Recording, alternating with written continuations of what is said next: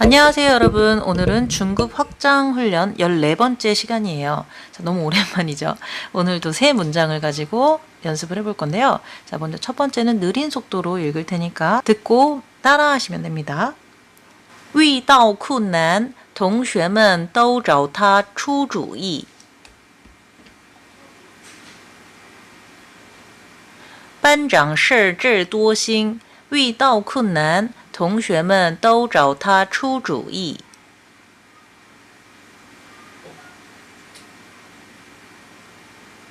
班长是同学们的智多星，遇到困难同学们都找他出主意。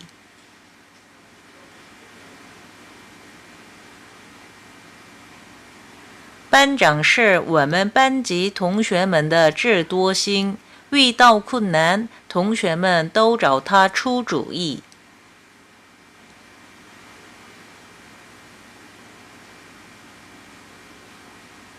班长是我们班级同学们的智多星，遇到困难同学们都喜欢找他出主意。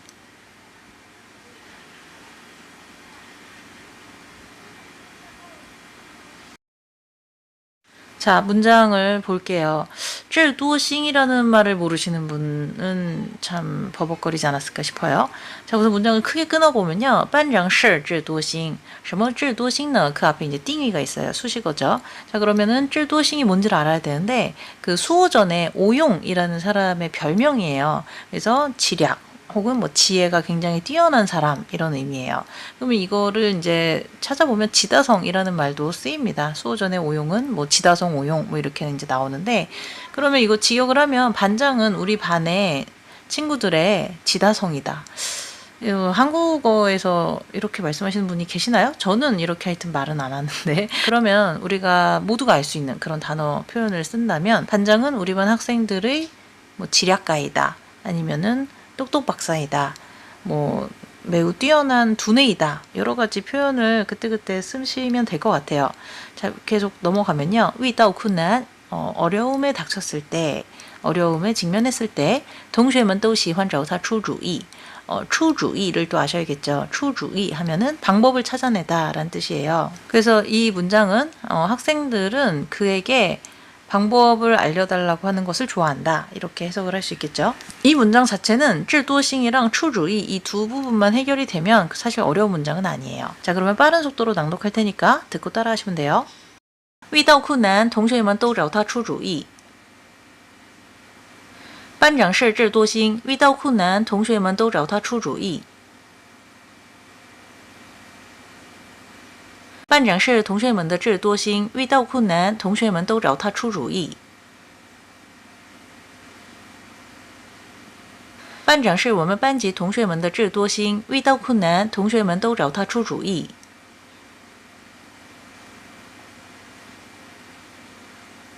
班长是我们班级同学们的智多星，遇到困难同学们都喜欢找他出主意。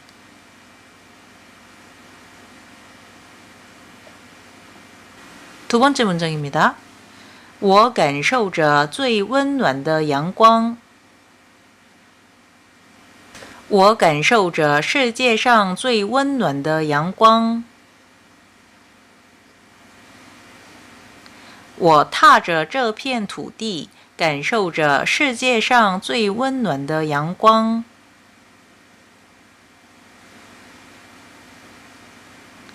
我踏着拉萨这片神奇的土地，感受着世界上最温暖的阳光。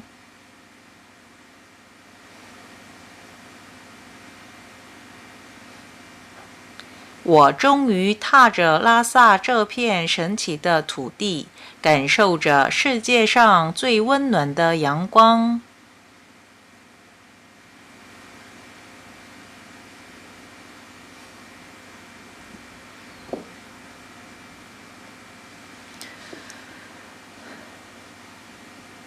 여기에서는 크게 어려운 부분은 없었던 것 같아요. 자, 문장을 크게 잘라볼게요. 여긴 주어가 이제 하나예요. 我. 그래서 서술어가 두 개 나왔죠. 踏着, 感受着. 그래서 踏着의 목적어는 土地, 感受着의 목적어는 阳光. 그래서 土地的定语가 있고 阳光的定语가 각각 있어요. 终于는 마침내, 결국이라는 부사죠. 자, 그러면 什么土地呢? 拉萨这片神奇的土地. 라사 어디예요? 시장, 티베트의 한 도시죠. 라사. 이 피에는 조각이나 뭐 편 이런 의미의 단위로도 사용이 되는데요.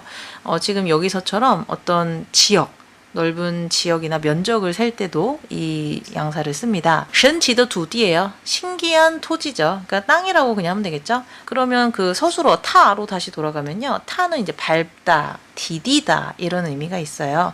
그래서 비슷한 동사로는 자이가 있어요. 근데 자이는요 약간 짓밟다의 의미가 더 세고요.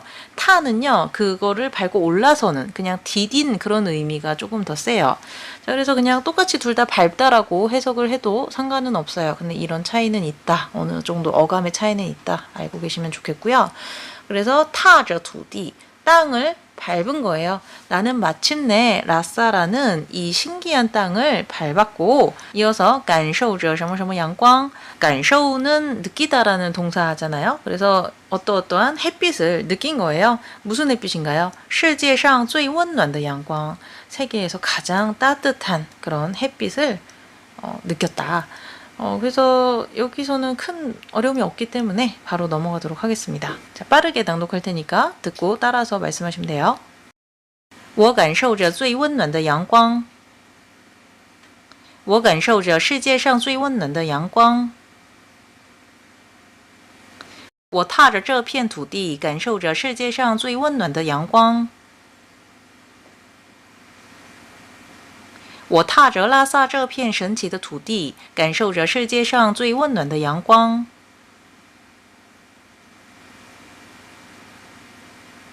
我终于踏着拉萨这片神奇的土地，感受着世界上最温暖的阳光。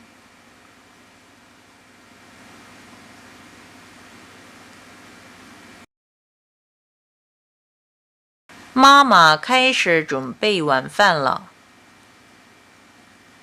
妈妈走到厨房，开始准备晚饭了。妈妈急急忙忙走到厨房，开始准备晚饭了。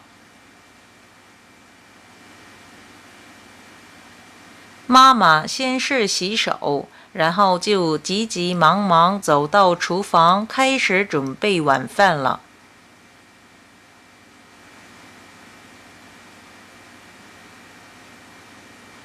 妈妈回到家后，先是洗手，然后就急急忙忙走到厨房，开始准备晚饭了。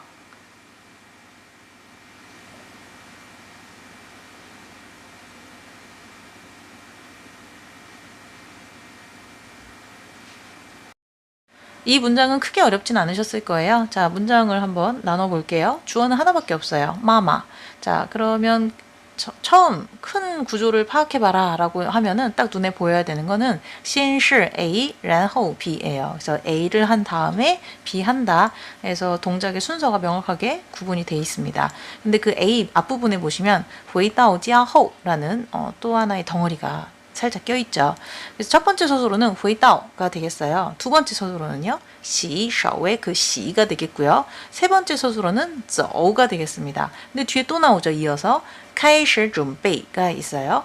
자, 그러면은 뭐 그렇게 어려운 부분은 없는데 이제 하나 딱 설명을 하고 넘어가야 되는 거는 지지망망이에요. 지지망망 이거는 상태 형용사입니다. 그래서 이걸 중첩함으로써 부사어의 역할을 할 수 있는 거고, 그리고 이런 상태 형용사의 경우는 너를 붙여도 되고 안 붙여도 됩니다. 대신에 그 페이장이나 헌 같은 정도 부사의 수식은 받을 수가 없어요. 그러면 쭉쭉쭉 처음부터 해석을 해볼게요. 엄마는 집에 돌아온 후에 먼저 손을 씻고 그리고 나서 매우 바쁘게 주방으로 가 저녁밥을 준비하기 시작했다. 자, 제일 마지막에 러는 왜 붙은 건가요? 이거는 상태의 변화라고 보셔야겠죠. 이 러는요, 동작의 완료가 있고 그리고 상태의 변화가 있는데 가장 기본적인 위치는 동작의 완료인 경우에는 이제 동사 뒤에 붙는다 이렇게 알고 계시면 되겠고 이렇게 문장 제일 뒤에 붙는 경우에는 상태나 상황의 변화라고 알고 계시면 돼요. 그래서 제가 항상 많이 드는 예가 빙고 홍러 이거예요. 이거는 뭐 과거라던가 동작의 완료 이런 건 아니죠. 빨개 썼다 이런 거 말이 안 되잖아요. 예전에는 사과가 빨갛지 않았었는데 이게 상태의 변화, 상황의 변화, 빨개진 거죠. 그래서 여기에서 나온 러 역시 상황의 변화. 원래는 엄마가 그런 상황이 아니었는데 이로 인한 상황으로 바뀌었다라는 거를 얘기를 해줍니다. 빠른 속도로 낭독할 테니까 한번 잘 따라와 보세요. 妈妈开始准备晚饭了。妈妈走到厨房开始准备晚饭了。妈妈急急忙忙走到厨房开始准备晚饭了。妈妈先是洗手，然后就急急忙忙走到厨房开始准备晚饭了。